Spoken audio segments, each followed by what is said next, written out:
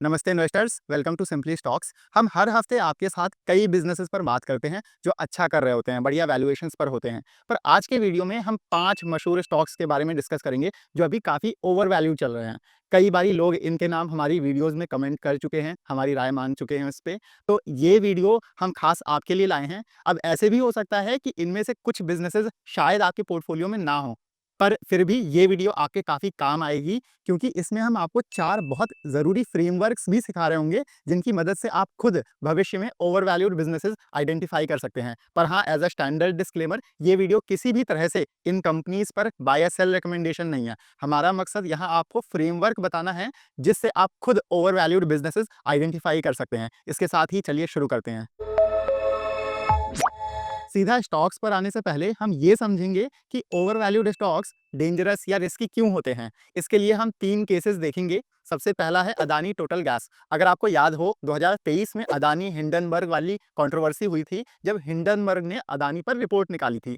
2.5 साल हो गए हैं, पर तब से लेकर आज तक ये बिजनेस 80% डाउन है। अपने पीक पर ये 4,000 रुपए प्राइस पर ट्रेड करता था, और आपको सुन के आश्चर्य होगा कि इसका पीई रेशियो तो 800 के भी ऊपर था। आज वही अदानी टोटल गैस करेक्ट होकर बस 600 के लेवल्स पर आ गया है। पी रेशियो पहले से कम होकर 100 पर है, पर अभी भी ओवरवैल्यूड ही है। इसमें निवेशकों का लाखों करोड़ों रुपए का नुकसान हुआ है। कभी-कभी बिजनेसेस इतना ज्यादा रैली कर जाते हैं कि उनमें अगले 3, 4, 5, 10 सालों तक की वैल्यू कैप्चर हो जाती है। मतलब कि जो 4-5 सालों में रिटर्न बनना चाहिए था, वो शेयर उतना दे चुका है। ऐसे में लोग भूल जाते हैं कि भले पेड़ कितनी भी स्पीड से बड़ा हो रहा हो, पर इसका मतलब ये नहीं है कि आसमान तक पहुंच जाएगा। और इतने हाई वैल्यूएशन पर एक छोटी सी भी नेगेटिव न्यूज आई, फिर वो स्क्रिप्ट का करेक्ट होना तय है।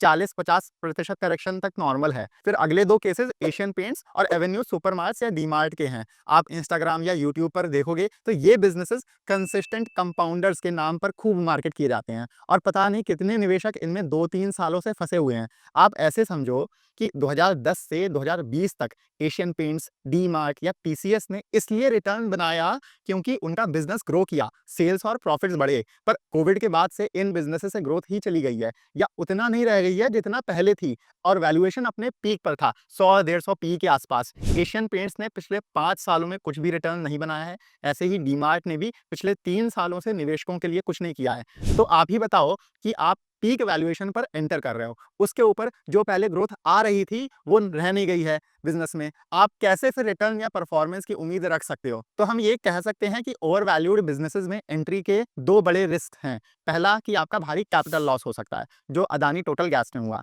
दूसरा कि आपका टाइम लॉस, कि 3, 4, 5 साल तक वो कंपनी आपको शून्य रिटर्न दे। इसे हम लोग टाइम करेक्शन बोलते हैं। वो भी लॉस ही हुआ, क्योंकि उससे बेहतर फिर आप बैंक एफडी में ही अपना पैसा रख लेते। और आप, मैं, हम सब लोग छोटे रिटेल इन्वेस्टर्स हैं। हमारी कैपिटल लिमिटेड है। अपने लिए बहुत ज़रूरी है कि अपने पोर्टफोलियो का एक-एक रुपया हाई पोटेंशियल कंपनीज़ में जाए और अपना रिटर्न बना कर दे। 1 रुपया भी आइडल या खाली नहीं बैठना चाहिए। जिस बिज़नेस में पोटेंशियल नहीं है, उधर से कैपिटल रोटेट करने के बेहतर बिज़नेसेस में लानी है। तभी वेल्थ बनेगी और फाइनेंशियल फ्रीडम मिलेगा।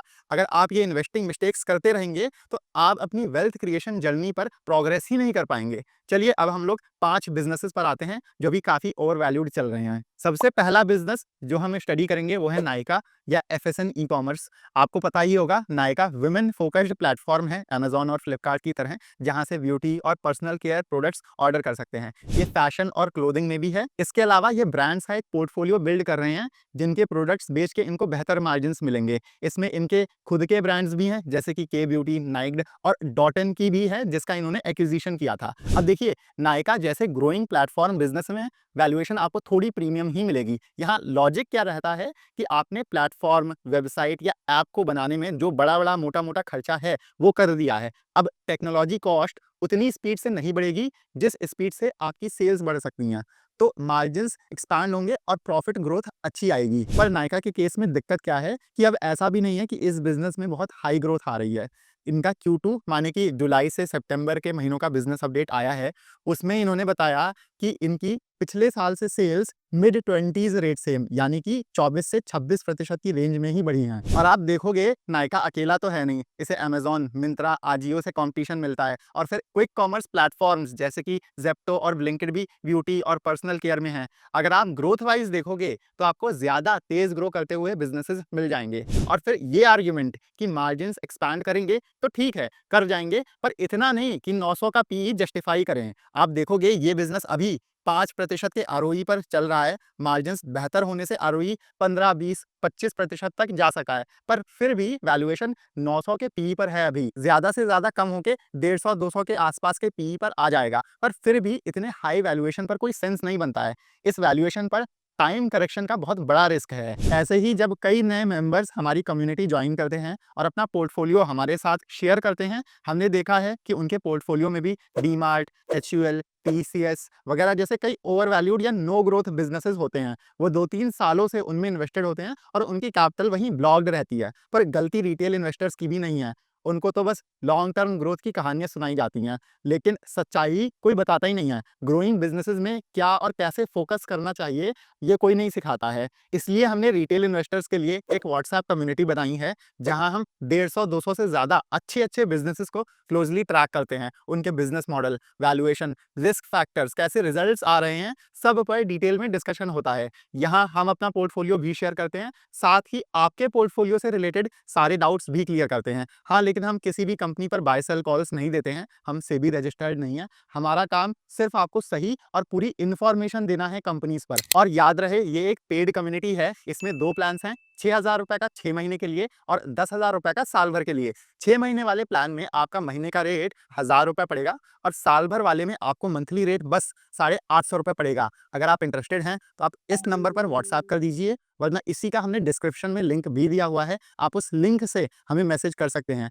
एंड एज अ बोनस हम जितने भी वर्कशॉप्स, वेबिनार्स करते हैं, वो कम्युनिटी मेंबर्स के लिए एकदम फ्री रहते हैं। वापस से अपने डिस्कशन पर आते हैं। अगला ओवर वैल्यूड बिजनेस है CG power. CG power semiconductor sector में एंटर कर रहा है, उस वजह से इसमें बहुत हाइप बनी हुई है। ये अभी 120 के आसपास के पी पर चल रहा है। एक बड़ी दिक्कत यहाँ ये है कि हमें देखना पड़ेगा कि इनके टोटल सेल्स और प्रॉफिट्स में कितना प्रतिशत कंट्रीब्यूशन सेमीकंडक्टर बिजनेस का रहेगा। सीजी पावर अपनी ओसैट फैसिलिटी पर लगभग 7,600 करोड़ रुपए का इन्वेस्टमेंट कर रहा है। ओसैट फैसिलिटी मतलब कि ये सेमीकंडक्टर्स की असेंबली और टेस्टिंग के लिए प्लांट लगा रहे हैं, और इनका भी जो मेनली बिजनेस है वो पावर प्रोडक्ट्स और रेलवे प्रोडक्ट्स का है। और अगर हम मोटा मोटी 0.8 के एसेट टर्नओवर रेशियो का अंदाजा लेके चलें, इनका भविष्य में 15 से 25% के आसपास बिजनेस सेमीकंडक्टर सेगमेंट से आ रहा होगा। उसमें भी मैनेजमेंट ने कहा है कि अभी के लिए आप ना बहुत हाई मार्जिन एक्सपेक्ट ना करो, 1 से 2% का बेनिफिट शायद मिल सकता है, पर उससे ज्यादा भी मैनेजमेंट ने कुछ भी कमेंट्री नहीं की है। तो आप देख रहे हो ना कि कैसे हमारे पास इतना सॉलिड डेटा ही नहीं है कि हम सीजी पावर को इनके सेमीकंडक्टर सेगमेंट के बेसिस पर कुछ वैल्यूएशन दे पाएं, और अपने फिलहाल के बिजनेस सेगमेंट्स पर ये काफी ओवर वैल्यूड चल रहे हैं। तो यहाँ अगर मैं 1 मिनट के लिए समराइज करूं, नायका के लिए हमारी लर्निंग ये है कि एज अ प्लेटफॉर्म बिजनेस वो सक्सेसफुल हो भी जाता है और मार्जिन एक्सपेंशन हो भी जाता है, तो भी फ्यूचर ग्रोथ या रिटर्न पहले ही उसकी करंट वैल्यूएशन में कैप्चर हो गया है। उसका वैल्यूएशन फंडामेंटल से बहुत ज्यादा आगे चला गया है। सीजी पावर में हमारे लिए लेसन है कि भले सेमीकंडक्टर एक हाई ग्रोथ सेक्टर है, पर सीजी पहले ही साइज में इतना बड़ा है कि उस नए सेगमेंट का इनके टोटल बिजनेस पर बहुत ज्यादा फर्क नहीं पड़ेगा। बाकी ये सब अनसर्टेनिटी के बीच भी 120 के पी पे इनका पी रेशियो का सेंस नहीं बनता है इतने हाई वैल्यूएशन का। सीजी पावर के बाद तीसरे नंबर पर हम सबके फेवरेट डीमार्ट या एवेन्यू सुपरमार्ट्स को देख लेते हैं। डीमार्ट के साथ दिक्कत क्या आ रही है कि आप इस स्क्रीनशॉट में देखोगे कि इस कंपनी का स्टोर एक्सपेंशन रेट बेस बढ़ने की वजह से धीमा होता आया है। ये पिछले 4 सालों से हर साल उसी सेम 40 से 50 की रेंज में स्टोर्स खोलते आए हैं। इसको आप ऐसे समझो, FY22 में इन्होंने 50 स्टोर्स खोले, तो स्टोर एक्सपेंशन रेट हुआ 50/234, 21%। पर पिछले साल भी बस 50 स्टोर्स खोले, लेकिन अब बेस क्योंकि बड़ा हो गया है, तो आपका स्टोर एक्सपेंशन ग्रोथ रेट भी कम हो जाएगा। FY25 का ग्रोथ रेट बनेगा 50/365, माने कि बस 14%। आप देख रहे हो ना कि कैसे बेस बढ़ने से कंपनी का ग्रोथ रेट कम होता जा रहा है। तो जब तक ये स्टोर एक्सपेंशन रेट स्टेबलाइज नहीं हो जाता है कि 15% या 20% प्रतिशत पर रहे, तब तक डीमार्ट इन्वेस्टर्स के नजरिए से एक बेकार बिजनेस है। इनको हर साल और ज्यादा स्टोर्स खोलने पड़ेंगे। तो अगर आप डीमार्ट या किसी और रिटेल बिजनेस में इंटरेस्टेड हैं, जिसमें कंपनी अपने स्टोर्स चला के सेल्स लाती है, बिजनेस करती है, उसमें आपको ये स्टोर एक्सपेंशन रेट को क्लोजली ट्रैक करते रहना पड़ेगा।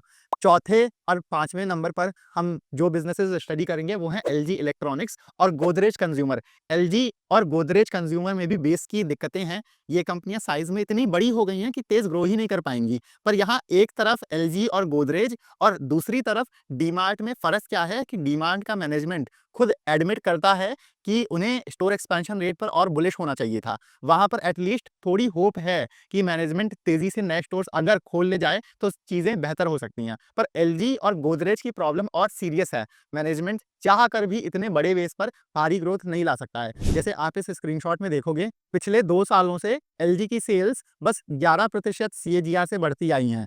ऐसे ही अभी थोड़े दिन पहले गोदरेज कंज्यूमर का बिजनेस अपडेट आया है।